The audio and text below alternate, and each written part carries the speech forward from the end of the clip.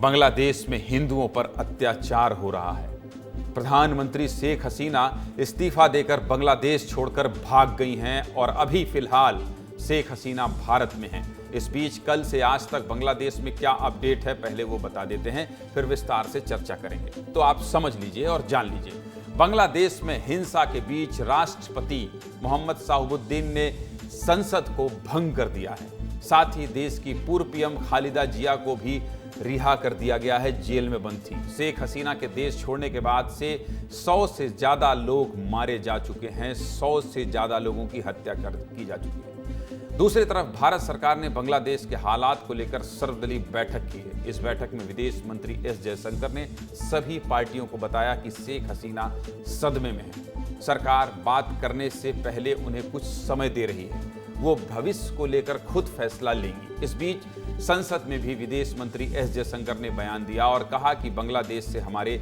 मजबूत संबंध हैं। शेख हसीना को लेकर भी बोला है, सब विस्तार से चर्चा करेंगे। ये बात हुई आज के अपडेट की।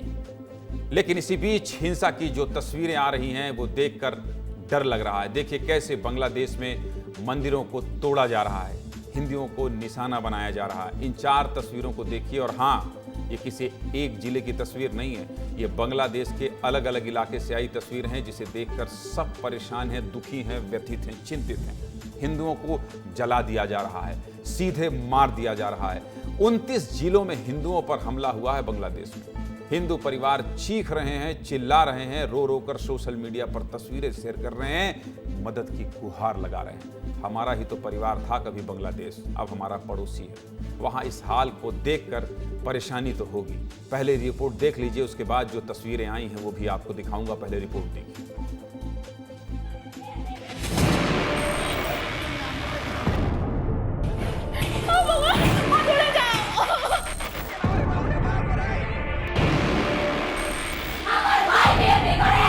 ये जो अल्पसंख्यक वहां रहते थे, उनके अधिकारों की सुरक्षा नहीं हुई। अल्पसंख्यकों की आबादी में कटौती हुई है, कमी हुई। कहां गए लोग?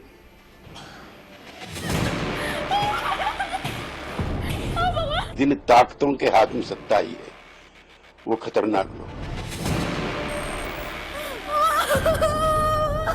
माइनॉरिटीज़ पर अटैक्स हो रहे हैं या इस तरह के लोग वहाँ ताकतवर बन रहे हैं, इतना सिंपल विषय नहीं है।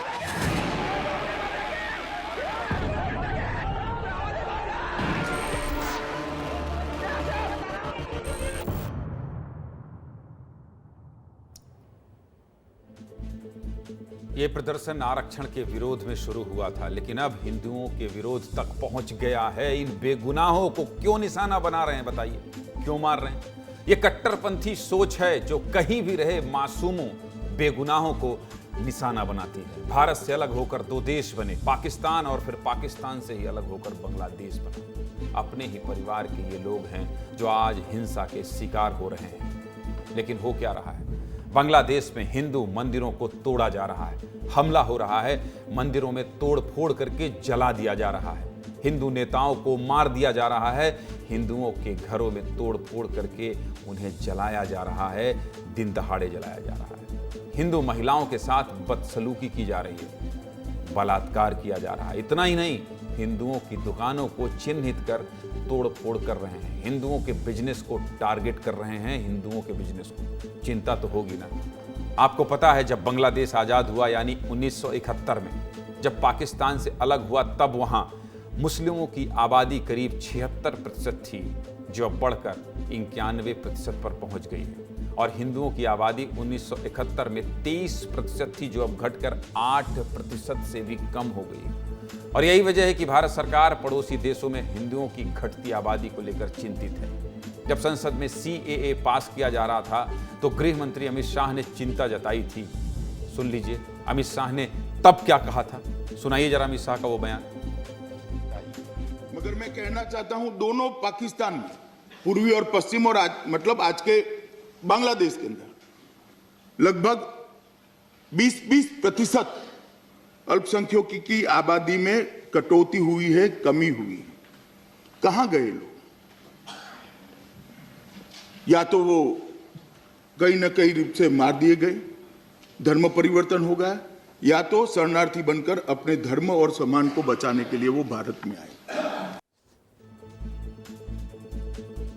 पड़ोसी देश पाकिस्तान में हिंदुओं पर हमले की खबर तो आती रही है, लेकिन अब बांग्लादेश में ऐसी स्थिति चिंता को बढ़ा रही है, इसलिए लोग चिंतित हैं। इस विरोध का फायदा उठाकर कई अराजक तत्व सक्रिय हो गए हैं, बांग्लादेश में उत्पात मचाने लगे हैं, मारने पीटने लगे हैं। शेख हसीना के देश छोड़ने के बाद ढाका में सोमवार रात को हालात बहुत बिगड़ गए। कई जगह आगजनी की घटनाएं हुई, नेताओं, अधिकारियों और कई संस्थानों पर हमले हुए, मंदिर तोड़े गए, लोग डर गए हैं। बांग्लादेश में सोशल मीडिया पर वीडियो शेयर करके रो रहे हैं। सुना दीजिए दर्द को, सुनाइए जरा दर्द को इनके। দৌড়ে আমার মার কাছে যাইয়ে বলে, ঠাকুমা দাদুকে মারতেছে। বলেন আমি একটা সন্তান, আমি আমার বাবার মেয়ে হয়ে আমার এই জিনিসটা যখন আমি আমার মায়ের মুখ থেকে শুনি, আমার ভাইয়ের ছেলে যখন বলে পিসি দাদুকে মারতেছিল, এরা আমি তখন আমি কি বলবো। इनके बाबा को कौन मार रहा है, इनके भाइयों के साथ कौन अत्याचार कर रहा है? ये छात्र नहीं हो सकते। ये विरोध सिर्फ आरक्षण को लेकर नहीं हो रहा है, ये कट्टरपंथी सोच के लोग हैं जो ये कर रहे हैं, जो नहीं करना चाहिए। एक देश को जला रहे हैं। और तो और ये उपद्रवी जेल तक पहुंच गए हैं और इसका फायदा उठाकर 500 से ज्यादा कैदी भाग गए हैं। कहां से? जेल से भाग गए हैं।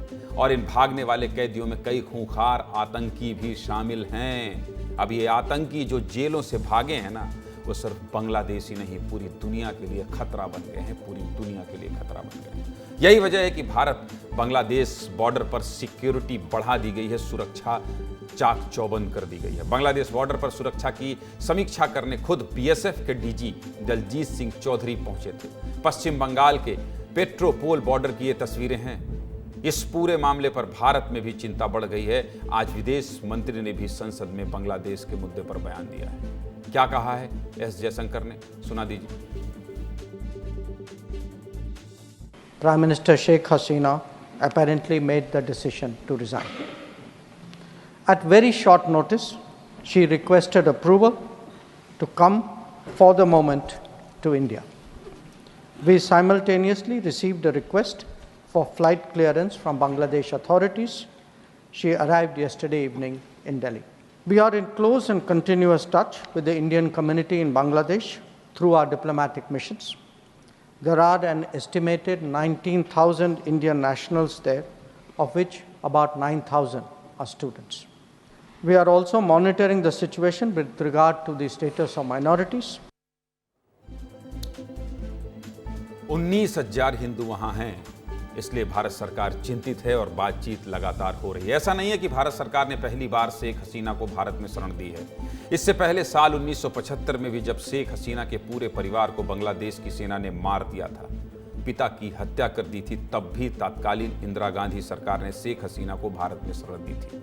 और तब शेख हसीना दिल्ली में 6 साल तक रही। 6 साल तक रही। शेख हसीना को यह दर्द साल 1975 में भी हुआ था, जिस दर्द से वो आज गुजर रही हैं। अगस्त का ही महीना था। शेख हसीना के पिता शेख मुजीब को बांग्लादेश की सेना ने घर में घुसकर मार दिया था। प्रधानमंत्री जो हैं आज, अब तो इस्तीफा हो गया। शेख हसीना के 4 भाई कमाल, जमाल, नासिर और रसाल की भी बेरहमी से हत्या कर दी गई थी। इतना ही नहीं, सेना ने शेख हसीना के चचेरे भाई और उनकी प्रेग्नेंट पत्नी को भी मार दिया।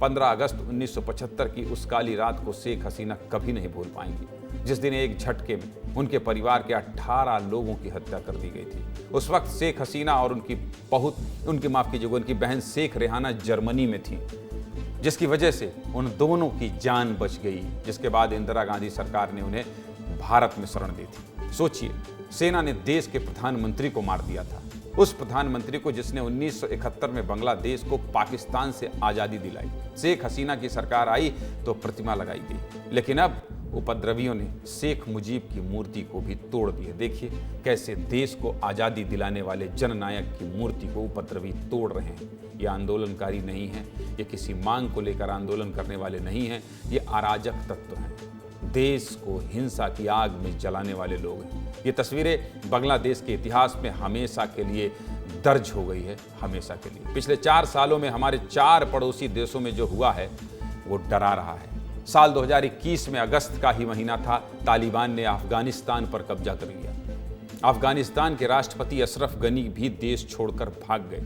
तब भी राष्ट्रपति भवन में घुसकर तालिबानियों ने खूब हुड़दंग मचाया था। उसकी तस्वीरें आई थी, वायरल हुई थी। दूसरी तस्वीर जुलाई 2022 को श्रीलंका में हुए हंगामे की है। राष्ट्रपति गोटबाया राजपक्षे को भी देश छोड़कर भागना पड़ा था। कोलंबो में राष्ट्रपति भवन में उपद्रवियों ने कब्जा कर लिया था। तीसरी तस्वीर पाकिस्तान की है। पिछले साल इमरान खान की पार्टी ने पाकिस्तान में हिंसा की आग जलाई थी, सेना मुख्यालय को ही फूंक दिया था। चौथी तस्वीर बांग्लादेश की है, जिस पर विस्तार से चर्चा हो रही है। इन तस्वीरों को देखकर फिक्र हो रही है, पड़ोसी है ना, और एक समय था जब ये अखंड भारत था और अब इसके हिस्से हुए तो देखिए क्या हो रहा है। जो लोग भारत की छवि को खराब करते हैं, विदेशों में जाकर वो इन तस्वीरों को देखें और सोचें कि भारत कितना महफूज है, यहाँ अल्पसंख्यक भी कितने सुरक्षित हैं। इस खबर पर ज्यादा जानकारी के लिए चलिए कहां जाता हूं। अमृत तिवारी दिल्ली में जुड़े हुए हैं मेरे साथ। और कहां से जुड़े हैं देखिए, मैं हर कुछ आपको बताता हूं, सब कुछ बताता हूं साफ साफ। अमृत आप कहां हैं? हिंडन एयरपोर्ट पर हैं, हिंडन एयरबेस पर हैं, या फिर आप बांग्लादेश उच्चायोग के बाहर खड़े हैं? और आज क्या क्या घटनाक्रम हुआ, क्योंकि आप देख रहे हैं आज यहां कई विपक्षी दल की बैठक हुई है, सर्वदलीय बैठक हुई है। इसके साथ ही एस जयशंकर जो विदेश मंत्री हैं वो संसद में उन्होंने बयान दिया है। इसके साथ ही बहुत सारे सवाल हैं जो मैं आपसे पूछता जाऊंगा, लेकिन अब तक का जो अपडेट है, अभी जो समय हो रहा है, कितने बज गए, 8:10 का तक जो लेटेस्ट अपडेट है वो पहले आप विस्तार न्यूज के दर्शकों को बता दीजिए, उसके बाद बातचीत का सिलसिला हम लोग आगे बढ़ाएंगे। अमृत। ज्ञानेंद्र जी, अभी मैं दिल्ली स्थित बांग्लादेश उच्चायोग के सामने खड़ा हूं और यहां पे जो गतिविधियां हैं और यहां से लेकर के पूरे जो है जो कहा जाए कि जो पावर सर्कल है दिल्ली का, यानी कि संसद भवन से लेकर के प्रधानमंत्री आवास और राष्ट्रीय सुरक्षा सलाहकार हैं उन तक, यहां पे कई तरह के समीकरण आज देखने को मिले हैं। आज जब सुबह जब दिन की शुरुआत हुई तो हाल चाल जो है शेख हसीना, जो कि हिंडन एयरबेस के एक सुरक्षित आवास में रखा गया, उनको वहाँ से उनकी ली गई और बाद में सर्वदलीय बैठक से शुरुआत होती है। सर्वदलीय बैठक में जो है राहुल गांधी के अलावा जो उनके अन्य सहयोगी दल हैं वो भी वहां पे बैठे हुए थे और इस दौरान राजनाथ सिंह, गृह मंत्री अमित शाह, जेपी नड्डा, एस जयशंकर विदेश मंत्री बैठे थे। विदेश मंत्री ने इस दौरान ब्रीफ किया कि अभी तक जो बांग्लादेश में घटनाएं हो रही हैं उस पर भारत का क्या रुख है, भारत क्या कर रहा है और किस तरह से शेख हसीना को रेस्क्यू किया गया है और किस हालात में उनको रखा गया है। इस दौरान विपक्ष की तरफ से क्रॉस क्वेश्चन भी किए गए। राहुल गांधी ने पूछा कि देखिए क्या बांग्लादेश में जो हालात उत्पन्न हुए हैं उसमें बाहरी शक्तियों का हाथ है और वहां पे हिंदुओं और बाकी जो लोग हैं इंडियन नेशनल है उनकी सुरक्षा का क्या स्थिति है। उसके ऊपर जो है विदेश मंत्री उन्होंने जानकारी दी, पूरे विपक्ष को दी कि देखिए बांग्लादेश में किसी विदेशी ताकतों का हस्तक्षेप है, उस पर हम अभी कुछ नहीं कह सकते, हमारी निगरानी जारी है, हम इस पर रिपोर्ट तलब कर रहे हैं। इसके अलावा जो वहां पे इंडियन नेशनल है तकरीबन 19,000 के करीब, जिसमें से स्टूडेंट जो है वो 9,000 हैं, वो पहले ही अधिकतर उसमें से वापस इंडिया आ चुके हैं। बाकी 10-12 हजार लोग हैं जो वहां पे फंसे हुए हैं और इसकी स्थिति पे भी हम नजर बनाए हुए हैं। साथ ही साथ हम एक रिलेशन डेवलप कर रहे हैं जो अभी कोई, अगर जैसा कि कहा जा रहा है कि एक सरकार जो है बनने जा रही है, अंतरिम सरकार, उसके साथ भारत का रिलेशन बेहतर हो, इसके बारे में हम जो है लगातार आर्मी चीफ जो वर्तमान में वहां पे उनके साथ जो हम संपर्क साध रहे हैं, एक डिप्लोमेटिक चैनल का रास्ता हम इख्तियार कर रहे हैं। बाद में जो है यह बैठक जो है के बाद जो है संसद में जो है विदेश मंत्री जो है संबोधित करते हैं, दोनों सदनों को करते हैं, राज्यसभा और लोकसभा को, और यहां पे बताते हैं कि मौजूदा दौर में बांग्लादेश में स्थिति क्या है और भारत क्या कर रहा है। और उन्होंने यहाँ पर प्रकाश जो डाला वो दो बातें बड़ी अहम थी। अमृत, आप अच्छी जानकारी दे रहे हैं, बहुत सुनने का मन कर रहा है।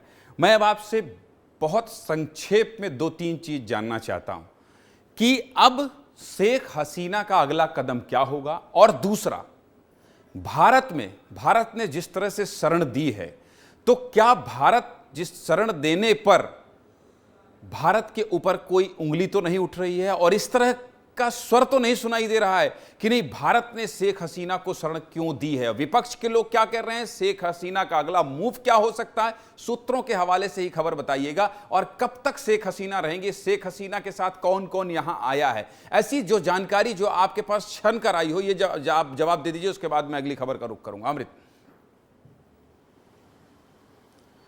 ज्ञानेंद्र जी, बड़े ही शॉर्ट में बता रहा हूं कि जो शेख हसीना है उनके जो मुस्तकबिल है, जो उनका भविष्य है, वो अगले 48 घंटे में जरूर कुछ ना कुछ डिसाइड होने वाला है।